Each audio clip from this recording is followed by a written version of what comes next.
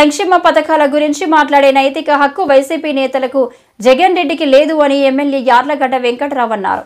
ఈ మేరకు ఈ రోజు మీడియాతో మాట్లాడుతూ గత ప్రభుత్వ హయాంలో దోచుకోవడం తప్ప అభివృద్ధి ఎక్కడ లేదని అన్నారు. చాలా ఉంటాయి.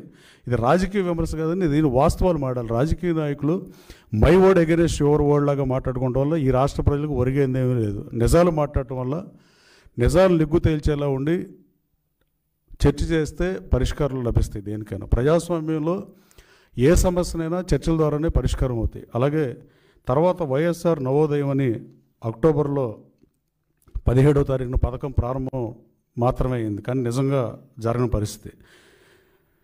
అలాగే 6వ నెలలో వైఎస్ఆర్ ఆరోగ్యశ్రీ ప్రకటిస్తే 6 నెలల తర్వాత ప్రారంభించిన పరిస్థితి.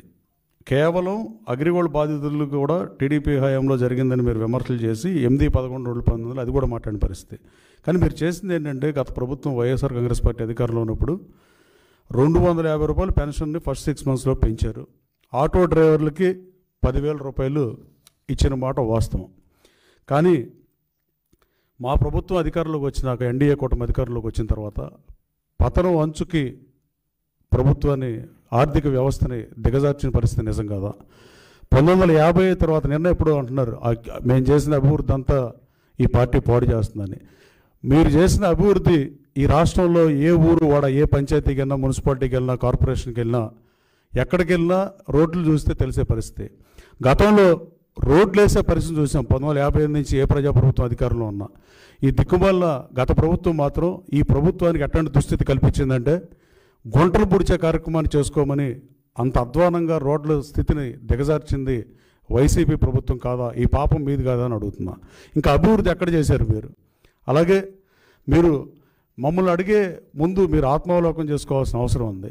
అత్యంత తక్కువ అభివృద్ధి చేసిన ప్రభుత్వం 1950 తర్వాత ఏదైనా ఉంటే అది వైసీపీ ప్రభుత్వమే. అలాగే అత్యంత తక్కువ అభివృద్ధి చేసి మీరు పతనం ఉన్న ఆంధ్రప్రదేశ్ రాష్ట్రానికి ఇవాళ ఇన్ని వేల కోట్ల రూపాయలు పెట్టుబడులు వచ్చిన మాట నిజం కాదా? ఇవాళ దేశం మొత్తం రాష్ట్రం వైపు చూసే పరిస్థితి.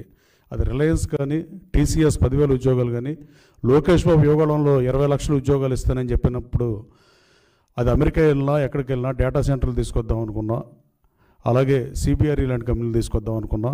లోకేష్ బాబు 20 లక్షలు తన శాఖతో పాటు ఉద్యోగ ఉపాధి అవకాశాలు కల్పన యువతకు లక్ష్యంగా పనిచేస్తున్న మాట మీకు పనిచేస్తున్న విషయం మీకు కనపట్టలేదా? అలాగే మీరు గతంలో ఉదాహరణకు నా కాన్స్టిట్యున్సీలో మల్లవలనే పారిశ్రామిక కారిడార్ ఉంటే తెలుగుదేశం ప్రభుత్వం 2014-19 మధ్యలో 16.5 లక్షల ఎకరం ఇస్తే మీరు అధికారంలోకి వచ్చిన తర్వాత దాన్ని 85 లక్షలకు పెంచిన మాట నిజం కాదా? మీ ప్రభుత్వ వైఖరితో విసిగి వేసారి అశోక్ లేలాండ్ కంపెనీ ప్రారంభానికి సిద్ధంగా ఉన్న కంపెనీ వెనక్కి వెళ్ళిపోయిన మాట వాస్తవం కాదా? ఇవాళ ఆ 420 మంది కంపెనీలకి 89 లక్షలు పెంచారని వాళ్ళు పారిపోయిన మాట వాస్తవం కాదా? ఇవాళ మల్లవల్లిలో నేను ఎలక్ట్రికల్ ముందు చెప్పా 15,000 మందికి నా గన్నవరం కాన్స్టిట్యున్సీలో ఉద్యోగాలు ఇప్పిపోతే ఇక రాజకీయాల్లో కొనసాగను, ఓటు అడగనని చెప్పా. కానీ గౌరవ ముఖ్యమంత్రి గారు మన అసెంబ్లీలో విజన్ 2047 ప్రవేశపెట్టినప్పుడు 30,000 ఉద్యోగాలు మల్లవల్లిలో ఇస్తామన్న పరిస్థితి. వాళ్ళందరికీ మళ్ళీ 420 కంపెనీలు మళ్ళీ వచ్చే పరిస్థితి. 18 నెలల్లోపు రియల్ ఎస్టేట్ వ్యాపారం చేస్తున్నారు సార్ నేను గౌరవ ముఖ్యమంత్రి గారిని అడిగితే 24 నెలలకు కట్టపోతే అంటే ఆయన 6 నెలల్లోపు స్టార్ట్ చేయాలి, 18 నెలల్లోపు కంప్లీట్ చేయకపోతే ప్రభుత్వం వెనక్కి భూమి తీసుకుంటుంది ఇండస్ట్రేషన్ అని చెప్పిన మాట వాస్తవం కాదా? అంటే మేము చిత్తశుద్ధితో పనిచేస్తున్నాం, మీకు కనపట్టలేదా లేదా వినపట్టలేదా? రాబోయే 20 నెలల్లో మల్లవల్లిలో 420 కంపెనీలు రావడం ఖాయం. ఎట్టి పరిస్థితుల్లో 30,000 మందికి 15,000 మందికి అని నేను అన్నా కానీ 30,000 మంది పైగా ఉద్యోగ ఉపాధి అవకాశాలు కల్పించడం కూడా ఖాయమే. అలాగే అశోక్ లైలాండ్ని హోసూర్ ఎండీతో మాట్లాడి నేను వెనక్కి తీసుకొచ్చిన పరిస్థితి. అశోక్ లైలాండ్కి భూమి రిజిస్టర్ చేస్తే వాళ్ళు ప్రారంభానికి సిద్ధంగా ఉన్న పరిస్థితి. ఇట్లా మీరు చెప్పడానికి ఏ కంపెనీ ఉంది? కనీసం హెచ్సిఎల్ కంపెనీ 14-19 మధ్యలో తెలుగుదేశం ప్రభుత్వంలో గన్నవరంలో వచ్చింది. తర్వాత మీరు ఏమన్నా ఐటీ కంపెనీని తీసుకొచ్చిన పరిస్థితి ఉందా? అలాగే మీరు అన్నీ చెప్పడమే తప్ప నవరత్నాల విషయంలో 6 మాసాల్లో మీరేం చేశారు? మేము 3,000 రూపాయలు పెన్షన్ పెంచిన మాట వాస్తవం కాదా? అది లబ్ధిదారులు తీసుకున్న వాళ్ళకి తెలుస్తుంది. దాంట్లో వైసీపీ వాళ్ళు కూడా ఉంటారు ప్రజల్లో. అలాగే ఆ 3,000 రూపాయలు పెంచిన మాట వాస్తవం కాదా? లేదా 85 లక్షల మందికి ఉచిత గ్యాస్ సిలిండర్ మేము ప్రారంభించామా లేదా? అలాగే 200 పైగా అన్న క్యాంటీన్లు ఈ రాష్ట్రంలో ప్రారంభమయ్యాయా లేవా?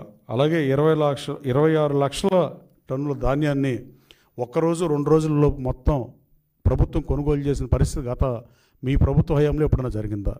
రైతుకి గిట్టుబాటు ధర సంగతి పక్క నుంచి మద్దతు ధర పక్క నుంచి కనీసం ధాన్యం మీరు తీసుకున్నారా? జనవరిలో కృష్ణా జిల్లాలోనే 150 కోట్ల రూపాయలు బాకీ ఉన్న మాట వాస్తవం కదా పోయిన సంవత్సరం జనవరి పంటలో.